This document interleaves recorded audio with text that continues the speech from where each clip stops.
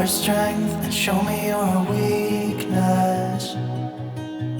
We're in this together now. We're in this together now. Give me your love and tell me your secrets. 'Cause we're in this together now. Yeah, we're in this together now. No, no, no,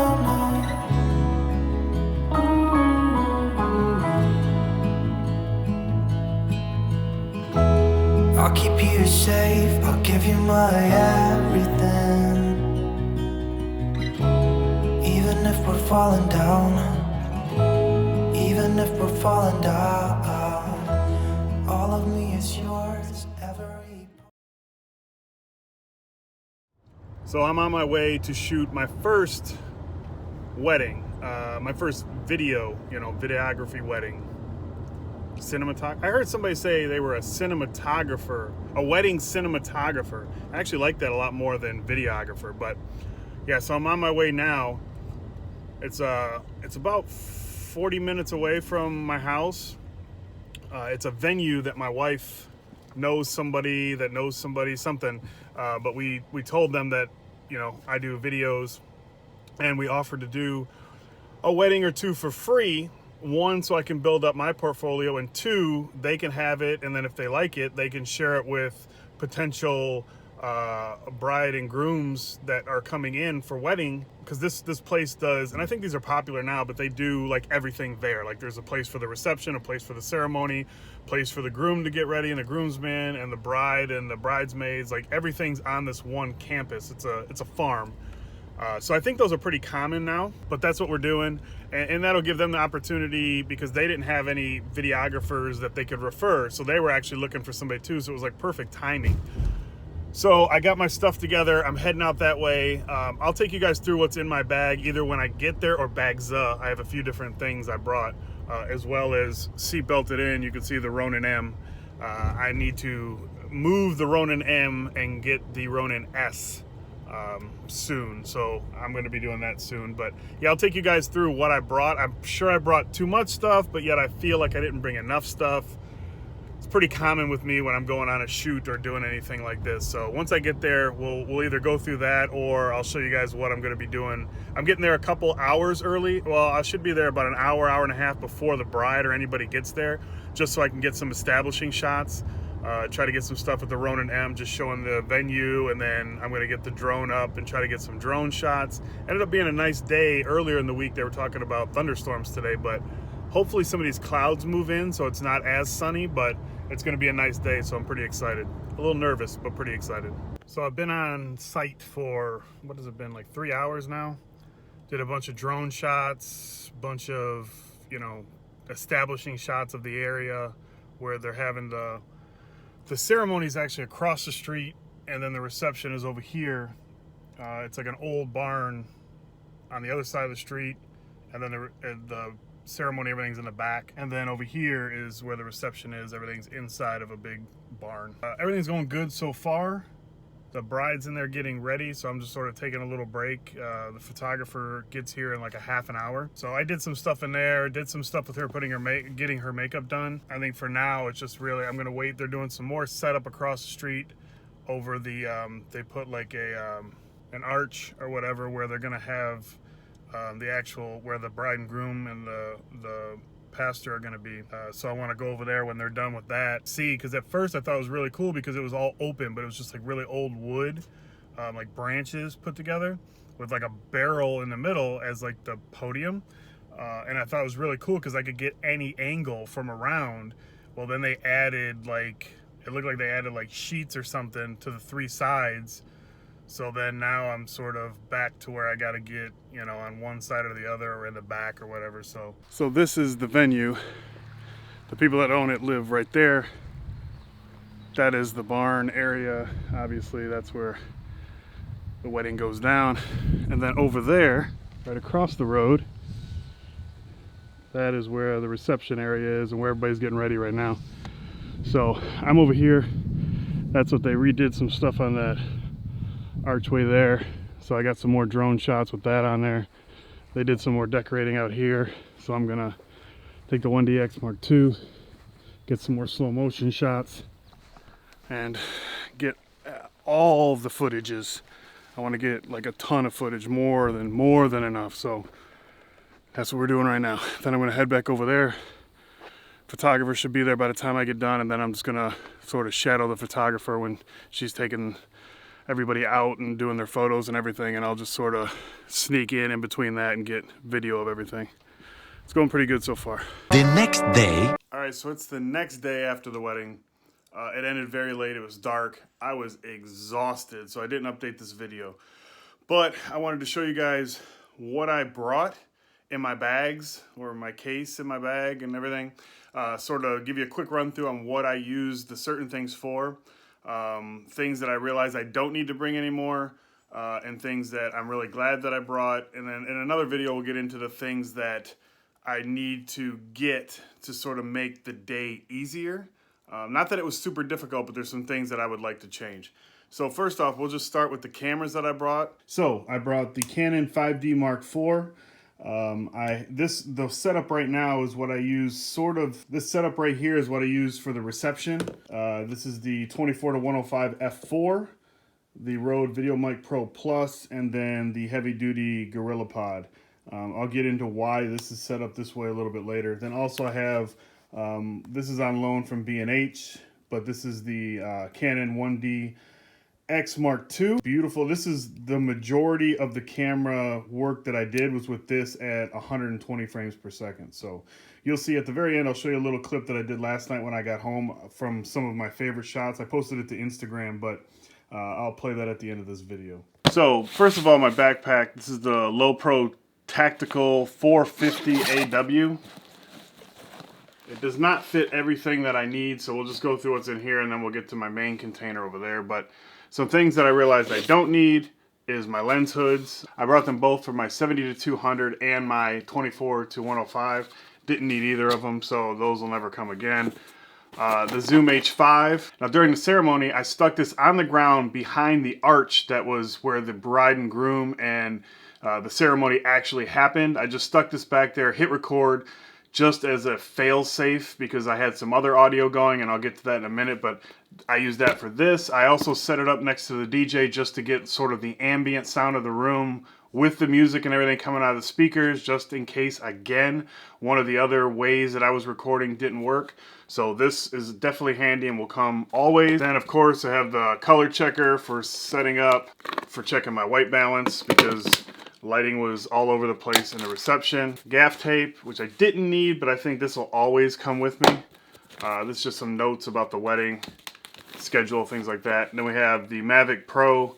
This is the controller inside of a case here. This came in really handy. I used it before anybody got there, and then they were doing some more setup. So when they were completed setting up the ceremony area, I was back over there. I used this again. Variable ND filter, very nice. This will always come with me for my second camera, but I can't wait. If you didn't know, I have the C200 on order. Hopefully I'll have it by mid this upcoming week. B&H is dragging their feet on shipping it, but that has internal ND filters, which would have been really, really nice. But this will be for my B camera, so this will definitely go all the time. This is the huge charger for the battery for the 1DX. I have only one battery because I have, like I said, I have this on loan from B&H. So I did have to, after I filmed some stuff in the morning in between the getting ready and the ceremony, I plugged the battery back in, gave it another full charge. It was about half, but I wanted to make sure, and then I drained it again half. So technically I used one full battery, but I wanted to be on the safe side. So this will not be coming again because I won't have the 1DX Mark II by the time I do another wedding or event.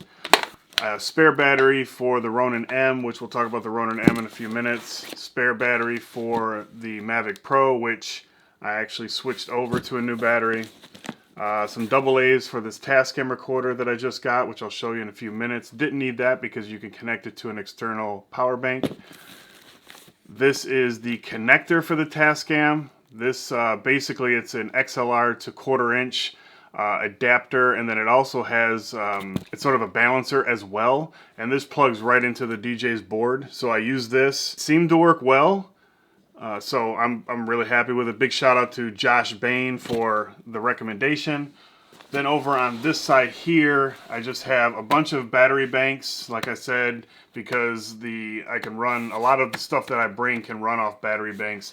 I have the red tool that just has some hex keys and flathead keys, real nice. Mike Panetta got me that, I think for my birthday.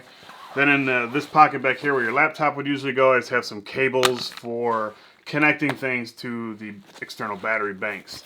That's about it with that one, except for I have business cards in one of the pockets. So I carried this little bag. I don't like it, but it's the only one that I had. And in here I put just spare batteries, the ND filter, all my audio equipment, gum. I have these like granola type bars, just something to snack on throughout the day.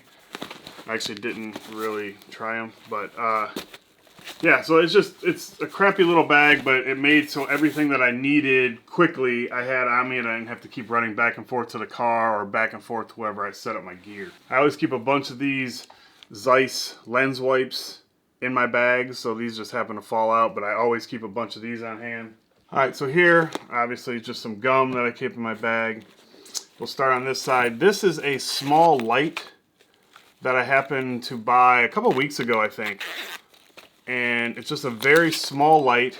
It's got a magnetic front, so you can put different colored gels on the inside. I bought a gel pack. I just need to cut them up, but this one came with this orangish hue. And then it's rechargeable, so that's nice. You don't have to worry about batteries. And it gets really bright. Then you have the indicator on the side for how much juice you have left. So really nice, very inexpensive. Comes with a bunch of connection points. You can put it to a phone, to a cold shoe. Really nice for the money. I think it was like 30 bucks maybe, something like that. I'll leave a link for the majority of this stuff down in the description below if you guys want to check it out for yourself. An XLR cable, just in case I needed that to connect to the DJ.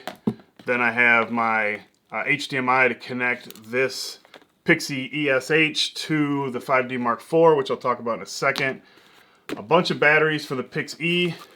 I use these huge Sony batteries, and the Pixie has 2 battery spots, and they're hot swappable. And honestly, I didn't come near using all of one of the batteries that I had on there because I used it just to record the ceremony. But again, we'll talk about that in a minute. Bunch of 5D Mark IV batteries. I went through about 3 or 4 of those, not complete, but once it got to half, I just swapped it out. This is another micro USB for charging. Then we have, this is the hood. It's a magnetic hood for the Pixie, and this is the Pixie ESH. If you don't know, this is an external recorder. Like I said, it's got 2 of the huge Sony batteries on the back. It's got a proprietary connection back here with a SSD to record to.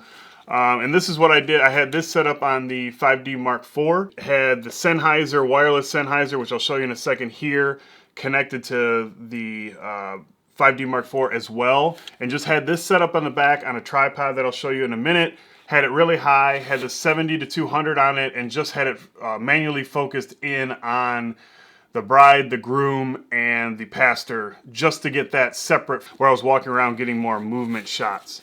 A blower. I actually put like 2 or 3 of these on my wrist. These are just little bungee cords. When I put the little Tascam recorder, which I have over here. So this is the Tascam DR10. This is what I was telling you guys about that I connected to the DJ booth. XLR adapter and equalizer and the 1/4 inch go out of here and just straight into the DJ booth. This is super nice. Again, thanks to Josh Bain for putting me onto this, but it has a dual track recording. So it'll record 1 track at normal and then a 2nd track under with the gain down lower in case people get loud or whatever, which at a reception or a wedding is bound to happen. So this is about 120 bucks, and from what I can tell, worth its weight. I use this bungee cord and then just bungee cord the cable and a battery pack to it. And then, like I said, I just keep a couple of them on my wrist just in case something else pops up. But this was really, really nice. I'll probably go into a little bit more depth on this in a different video. Pixie E, awesome, of course. 70 to 200. This is the f2.8 version, which is really, really nice. I actually used this a little bit in the reception as well, but then changed over back to the 24 to 105 just because it's so heavy. And then here is the AVX Sennheiser wireless system. I've had this for, geez, I guess it's been 3 years now, probably, maybe a little bit more. This thing is a workhorse. I love it. And what I did with this is I mic'd up the groom when they did their first reveal, which was actually sort of a joke. It wasn't the bride, it was the best man in his wife's wedding dress. Then you had, I mic'd up the father of the bride when they did the father reveal, and then I also mic'd up the groom again during the ceremony, just to be on the safe side. So during the ceremony I had this connected, this was on the groom, then I had the H5 on the ground behind them, and then I also was tapped into the DJ's booth and had audio from that. So I had 3 different sources of audio going, as well as I had the Rode VideoMic Pro on my camera that I was shooting with. 3 to 4 different options for audio. That was my biggest stress, was that I was gonna miss audio. Video, I know that's all good, but when you're running and gunning, one-man show, it's very easy to lose track or miss something. So I wanted as many backups as possible. All right, and then moving from there, I had this, the Benro tripod, which is what I had this is what I had the 5D Mark IV on, with the 70-200, the Pixie just in the back, full length, all the way up, all the way extended, just doing the ceremony, just the bride and groom and the pastor. I brought this iFootage monopod, which I tried for a little while during the reception and just did not like it at all. Just did not like it. I ended up using the Gorilla Pod just because I'm more, I guess maybe just because I'm more used to it, but it was more comfortable, easy to move around. I'm able to get really good stability with it. The monopod just didn't work out, at least on this trip for me. So it'll probably be tried again, but if not, that'll stay home as well. Then I also brought the Ronin M, like I mentioned before, and this will not make it back to another wedding. This is too heavy, too bulky. I put it together in advance, had it all set up for the 1DX, and it worked fine, but it's just too heavy, and I don't even really think there's any shots that I used with it that I will use in the final video, so that will not make it again. I'm going to be selling that very soon for very cheap, and then I'm going to look at getting the Ronin S. I think that would be a more viable option. So that is bye-bye. So that's going to be it for this one. Like I said, this is the very first wedding I've ever shot. Now, obviously, I've shot a lot of videos in my time, a lot of things, but the wedding videos are really a different beast. There's a lot more pressure on getting things done. There's also a lot of waiting around, but I was there till about 9 o'clock last night, so it made for a very long day. I was probably gone from the house for about 13 hours, but I got everything, really happy with it. So that's it. If you guys got any questions about this video, about what I showed you, or about the wedding in general that I shot, leave me a comment down below. I'll be sharing the wedding video when I get it done and edited soon. And I will talk to you guys in the next one. Of course, thanks for watching. If you enjoyed the video, you can hit the thumbs up. You can also subscribe down below if you're down for that. And leave me a comment. Let me know what you guys think. And I will talk to you guys later.